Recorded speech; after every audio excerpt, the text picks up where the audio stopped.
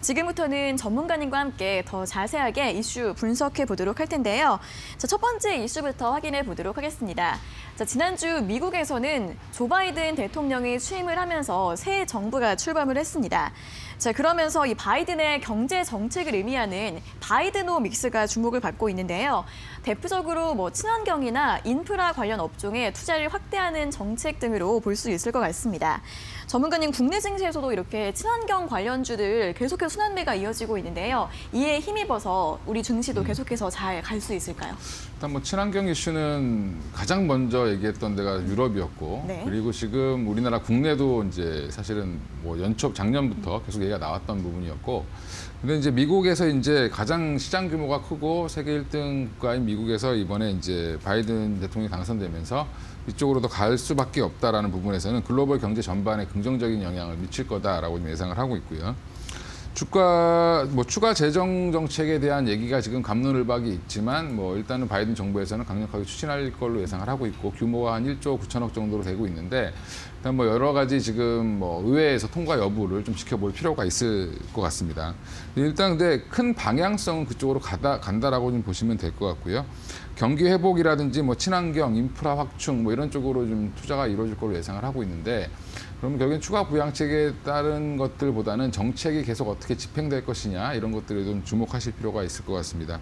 그래서 우리나라 국내 이제 KDI가 이제 이런 것들을 우리나라 시장에 영향을 어떻게 줄 것이냐라고 좀 봤을 때, 한국 수출은 한 0.6에서 2.2%포인트 좀 증가할 걸로 예상을 하고 있고요. 그리고 이제 경제 성장률 같은 경우는 0.1에서 0.4%까지도 더 추가로 성장할 수 있다라는 부분에서 되게 긍정적으로 평가를 했습니다. 근데 이제 여전히 긍정적인 부분도 있지만 조금 부정적인 부분도 좀 보셔야 될 부분이 민주당 정부의 특성상 환경이라든지 노동 이런 거 관련돼서 굉장히 규제를 하고 있기 때문에 네. 그런 부분들은 여전히 좀 부담스러운 사항이다라는 부분이고요. 여전히 우리나라도 부족한 부분을 좀 해결해야 되는 숙제가 좀 필요하다라고 보여지고 있습니다. 그리고 이제 미국 내 이제 예산 통과 여부도 좀 아직은 좀 확실하지 않기 때문에 그런 부분들도 단기적으로는 좀 영향을 미칠 걸로 예상을 하고 있고요. 근데 하지만 이제 결국에는 큰 방향성에서 우리나라 기업들이 친환경 정책이라든지 이런 것들에 준비가 잘 되어 있는 기업들이 많기 때문에 그런 기업들 위주로의 그 기대감은 계속 지속적으로 이어질 걸로 예상을 하고 있고, 우리나라 이제 시총 상위 종목들의 이제 포트폴리오 자체가 잘 구성되어 있기 때문에 저는 개인적으로는 전반적으로 우리나라 올해 시장은 좀 긍정적으로 봐도 괜찮다라고 보고 있습니다. 네, 이제 바이든 행정부의 1조 9천억 달러 규모 추가 부양책, 의회에서는 반대표가 좀 나오고 있는 상황이고, 또 개별 내용들에 대한 좀 부정적인 이슈가 있을 수 있긴 하지만 큰 방향성을 보자는 전망 제시해드렸고, 이를 기반으로 올해 국내 증시 긍정적일 것이다라고 전망을 해주셨습니다. 자, 이어서 두 번째 이슈를 확인해 보겠습니다. 상장 이후에 계속 잠잠했던 빅히트가 최근에 움직임을 보이고 있습니다. 굵직한 이슈들이 많이 나왔는데 먼저 네이버와의 지분 교환 소식이 있었고요. 또 BTS가 이번 1분기에 컴백을 할 수도 있다고 합니다. 그리고 엔터주들 코로나로 인한 우려와는 달리 좀 실적이 좋은 걸로 좀 집계가 되고 있는데, 전문가님, 빅히트 지금도 8% 이상 강세를 보이고 있습니다. 이 빅히트에 대해서 좀 어떻게 보면 좋을까요?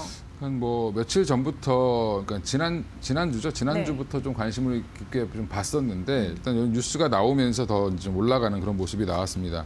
일단은 이 시장에서 주목하고 있는 부분은 아직은 이제 추정 보도죠. 이제 가능성이 있다, 네이버와 지분 수합이 될 가능성이 있다, 없다라고 보고 있는 상황인데, 그다음에 이제 BTS의 컴백 이런 것들이 이제 다시 영향을 좀 미쳤다라고 보시면 될 것 같은데, 내용을 보면 네이버의 브이라이브라는 그 플랫폼이 있고요. 네. 그다음에 빅히트에는 위버스라는 플랫폼이 있는데, 이런 것들이 합쳐질 때 굉장히 큰 시너지를 낼 것이다라고 얘기를 하고 있고요.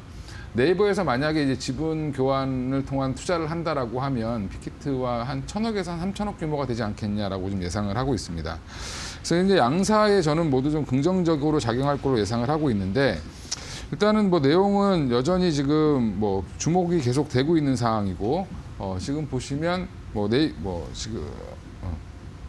BTS의 컴백, 그다음에 세븐틴이라든지 TXT 이런 그 여타 그룹들도 지금 다시 또 활동을 다시 하면서 빅히트 전반에 이제 기대가 좀 올라오고 있는 상황이고요. 4분기 실적도 예상치보다 가이던스보다 더 좋을 걸로 예상을 하고 있어서 이제 이 영업이익만 보더라도 빅히트의 영업이익이 4분기 예상치로 보면 나머지 이제 주요 그 엔터사들 3사의 영업이익을 다 합쳐도 한 250억 정도밖에 차이가 안 난다. 네. 예, 그러면 절대적인 규모의 수익을 창출해내는 빅히트의 그 독보적인 우위가 좀 드러날 걸로 예상을 하고 있고요.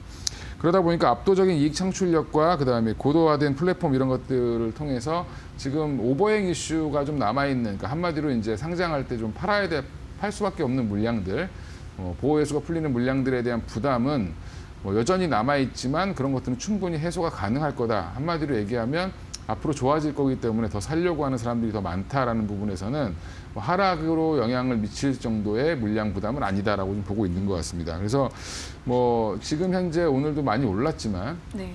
사실 한 25만 원까지는 충분히 상승할 가능성이 있지 않겠냐라고 지금 전망을 하고 있습니다. 네, 아이돌 가수 좋아하시는 분들은 네이버의 브이라이브 그리고 이제 빅히트의 위버스 대부분 사용을 한 번쯤 해보셨을 겁니다. 이 플랫폼의 시너지 효과 기대가 되고 있고 압도적인 영업이익 창출력, 실적에 대한 기대감도 굉장히 높게 평가가 되고 있다는 부분 주목해 보시면 좋을 것 같습니다. 자, 여기까지 오늘의 새빨간 이슈 이원희 전문가님과 함께했습니다. 전문가님 오늘 분석 고맙습니다. 예, 감사합니다.